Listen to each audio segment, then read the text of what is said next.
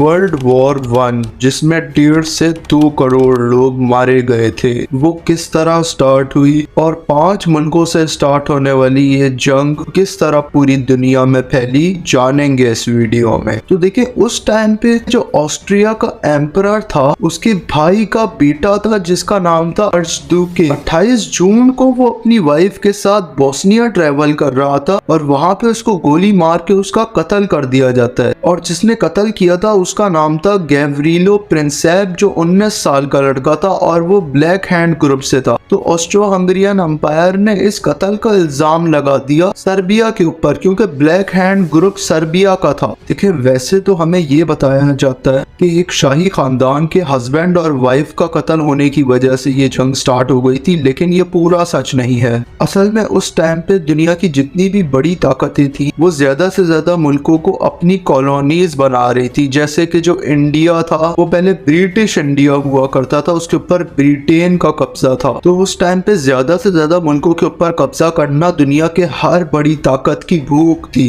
France एल्सेके लोरेन को Germany के हाथों गवा चुका था, तो अब फ्रांस सिर्फ एक मौका चाह रहा था उस जगह को वापस लेने के लिए। और 1904 के अंदर ही फ्रांस और ग्रेट ब्रिटेन ने मिलकर एंटेंट कॉर्डियल के नाम से एक ग्रुप बनाया था, और फिर बाद में इस ग्रुप के अंदर रशिया भी शामिल हो गया था। तो इस ग्रुप का नाम रख दिया गया था the triple intent. France, Britain या रशिया के ऊपर कोई भी मुल्क हमला करता है तो तीनों मुल्क यूनाइटेड होकर उसका जवाब देंगे। तो अब हमने ये तो समझ लिया कि वर्ल्ड वॉर 2 का स्टार्ट एक हस्बैंड और वाइफ की मौत से नहीं हुआ था। अब ये जान लेते हैं कि जो जंग 3 मुल्कों से शुरू हुई थी, वो पूरी दुनिया तक किस तरह फैली। ऑस्ट्रो हंगरियन अंपायर ने एक अल्टीमेटम जारी किया, जिसमें उन्होंने सर्बिया को कहा कि तुम उस कातिल को पकड़ के हमारे हवाले करो, लेकिन सर्बिया ने ये बात मानने से साफ इनकार कर दिया। तो ऑस्ट्रो हंगरियन अंपायर ने जर्मनी से इस बात को शेयर किया कि हम जंग छेड़ना चाहते हैं सर्बिया के ऊपर। तो जर्मनी ने खुलकर उनकी हिमायत की और उनको कहा कि तुम जंग लड़ो, जो होगा हम देख लेंगे, हम तुम्हारे पीछे खड़े हैं। तो ऑस्ट्रो हंगरी ने वॉर डिक्लेयर कर दी सर्बिया के ऊपर। उसके बाद जैसे ही 28 जुलाई को ऑस्ट्रो हंगरी हमला करता है सर्बिया के ऊपर, तो 30 जुलाई को रशिया भी वॉर का ऐलान कर देता है और अपनी आर्मी को मोबिलाइज करना शुरू कर देता है ऑस्ट्रो हंगरी की तरफ। और फिर 1 अगस्त को जर्मनी भी वॉर डिक्लेयर कर देता है, और जर्मनी एक प्लान बनाता है जिसका नाम था शेलीफेन प्लान, जिसका मकसद था कि वो एक साइड से हमला करेंगे फ्रांस के ऊपर और दूसरी साइड से रशिया के ऊपर। 6 मिलियन सोल्जर्स को वो मोबिलाइज करना शुरू कर देते हैं दोनों तरफ से हमला करने के लिए। उस टाइम पे इटली और यूनाइटेड स्टेट्स न्यूट्रल रहने का ऐलान करते हैं, यानी कि वो इस जंग के अंदर किसी का भी साथ नहीं देंगे, इस जंग में उतरेंगे ही नहीं। और फिर जैसे ही जर्मनी बेल्जियम को इन्वेड कर देता है और बेल्जियम के ऊपर कब्जा कर लेता है, तो 12 अगस्त को ब्रिटिश आर्मी फ्रांस के ऊपर लैंड कर जाती है। और फिर फ्रांस और जर्मनी की बॉर्डर पे जंग होती है, जिसमें फ्रांस के 3,29,000 जबकि जर्मनी के 2,56,000 के करीब सोल्जर्स मारे जाते हैं। और फिर ब्रिटिश आर्मी भी फ्रेंच आर्मी को ज्वाइन कर लेती है। और फिर 23 अगस्त को होती है बैटल ऑफ मॉन्स, जिसमें जर्मनी के 2,000 से ज्यादा सोल्जर्स मारे जाते हैं, जबकि फ्रांस के 1,600 से ज्यादा सोल्जर्स मारे जाते हैं। लेकिन क्योंकि जर्मनी ने बहुत बड़ी आर्मी के साथ हमला किया था, तो इसीलिए फ्रांस को अपने बॉर्डर्स छोड़ के पीछे भागना पड़ जाता है। और फिर 6 सितंबर को होती है बैटल ऑफ मार्न। बैटल ऑफ मार्न के अंदर जर्मनी को बहुत ज्यादा नुकसान उठाना पड़ता है। जो जर्मन फोर्सेस फ्रांस के अंदर तक आ गई थी, उनको वापस भागना पड़ता है अपने बॉर्डर्स की तरफ। और फिर जब जर्मन आर्मी अपने बॉर्डर की तरफ वापस भाग जाती है, तो फिर स्टार्ट होती है फर्स्ट बैटल ऑफ वाइप्रेस, जिसमें दोनों ही आर्मीज का नुकसान तकरीबन बराबर था। वहीं दूसरी तरफ जर्मनी और रशिया की बैटल ऑफ टेननबर्ग होती है, जिसमें रशिया को नुकसान उठाना पड़ता है और फिर वो अपने बॉर्डर्स को छोड़ के पीछे हट जाता है। और वहीं सर्बिया और ऑस्ट्रो हंगरी की बैटल ऑफ सर होती है, लेकिन जैसे ही ऑस्ट्रो हंगरी रशिया के अंदर घुसने की कोशिश करता है, तो उनको भारी नुकसान उठाना पड़ता है और वो अपने बॉर्डर्स को छोड़ के पीछे हट जाता है। और फिर आ जाता है नवंबर, और नवंबर के अंदर बैटल ऑफ लॉर्ड्स होती है रशिया और जर्मनी के बीच, जिसमें रशिया को 3 गुना गुना ज्यादा नुकसान उठाना पड़ता है जर्मनी के मुकाबले में, जिसकी वजह से जो रशिया की बॉर्डर वाली फोर्सेस थी वो बहुत ही ज्यादा कम हो जाती हैं और काफी ज्यादा कमजोर पड़ जाती हैं। यूरोप के अंदर तो एक के बाद एक जंगें चल ही रही होती हैं, वहीं अफ्रीका के अंदर भी ब्रिटिश ईस्ट अफ्रीका और जर्मन ईस्ट अफ्रीका के बीच जंग शुरू हो जाती है। यहाँ पर बैटल ऑफ टांगा होती है जिसमें दोनों ही फोर्सेस को बहुत भारी नुकसान उठाना पड़ता है और फिर जापान भी वॉर के अंदर इंटर कर जाता है और सबसे पहला हमला वो करता है टिसिंगटाओ के ऊपर, जिसपे जर्मनी का कब्जा था उसके ऊपर जापान कब्जा कर लेता है। वहीं ऑस्ट्रेलिया और न्यूजीलैंड के करीब जर्मन न्यू गुइना और जर्मन समोआ भी सरेंडर कर देते हैं। उनके ऊपर पूरे तरीके से ब्रिटेन का कब्जा हो जाता है और जर्मन आर्मी को समंदर के रास्ते से भागना पड़ता है। यूरोप, अफ्रीका और एशिया के अंदर तो जंग छिड़ ही चुकी थी, अब जंग फैल जाती है साउथ अमेरिका तक। जर्मन ईस्ट एशिया स्क्वाड्रन हमला कर देता है ब्रिटिश शिप्स के ऊपर जो अर्जेंटीना में मौजूद थी। वहां पे बैटल ऑफ कॉरिनल होती है और जर्मन शिप्स ब्रिटिश शिप्स को डुबाने में कामयाब हो जाते हैं, यानी कि यहाँ पे जर्मनी का हाथ भारी था। लेकिन जैसे ही दिसंबर स्टार्ट होता है तो फॉकलैंड आइलैंड के ऊपर बैटल ऑफ फॉकलैंड आइलैंड होती है जिसमें ब्रिटेन के शिप्स 5 में से 4 जर्मन शिप्स को डुबा देते हैं। वहीं एशिया के अंदर ब्रिटेन बसरा को ऑक्यूपाई कर लेता है जो उस वक्त ऑटोमन एम्पायर यानी कि तुर्की का हिस्सा था।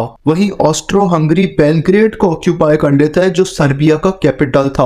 वहीं 20 दिसंबर को फर्स्ट बैटल ऑफ शैंपेन होती है फ्रांस और जर्मनी के बीच। इसमें फ्रांस को जर्मनी से डबल नुकसान उठाना पड़ता है, यानी कि अब जर्मनी यूरोप के अंदर जंग में वापस आ रहा था, कम बैक कर रहा था। और जैसे ही ब्रिटेन ने ऑटोमन एम्पायर के बसरा के ऊपर हमला किया तो ऑटोमन एम्पायर भी जंग में उतर गया। अब जर्मनी को ऑस्ट्रो हंगरी के साथ साथ ऑटोमन एम्पायर का भी साथ मिल गया था। और जैसे ही ऑटोमन एम्पायर जंग में उतरा तो रशिया और ऑटोमन एम्पायर के बीच बैटल ऑफ सारिकामिश हुई और इस जंग में जहां एक तरफ 16,000 लोग मारे गए थे वहीं दूसरे कंट्री के 33,000 यानी कि डबल लोग मारे गए। इटली और बुल्गारिया इस जंग में किस तरह शामिल हुए और जर्मनी की वो कौन सी गलती थी कि जिसकी वजह से यूएस ने इस जंग के अंदर एंट्री की। इन तमाम चीजों के बारे में बात करेंगे हम अगले एपिसोड में। और जब 7 अरब कंट्रीज ने मिलकर इसराइल के ऊपर हमला किया तो उनके साथ क्या हुआ, उस जंग को कौन जीता, वो जानने के लिए आप लोग लेफ्ट वाली वीडियो पे क्लिक करके उस वीडियो को देख सकते हैं। सब्सक्राइब करके बेल आइकन दबा के ऑल पे क्लिक लाजमी करें ताकि जैसे ही अगला वीडियो आए तो आपको नोटिफिकेशन मिल जाए। मैं मिलूंगा अपनी अगली वीडियो में, तब तक के लिए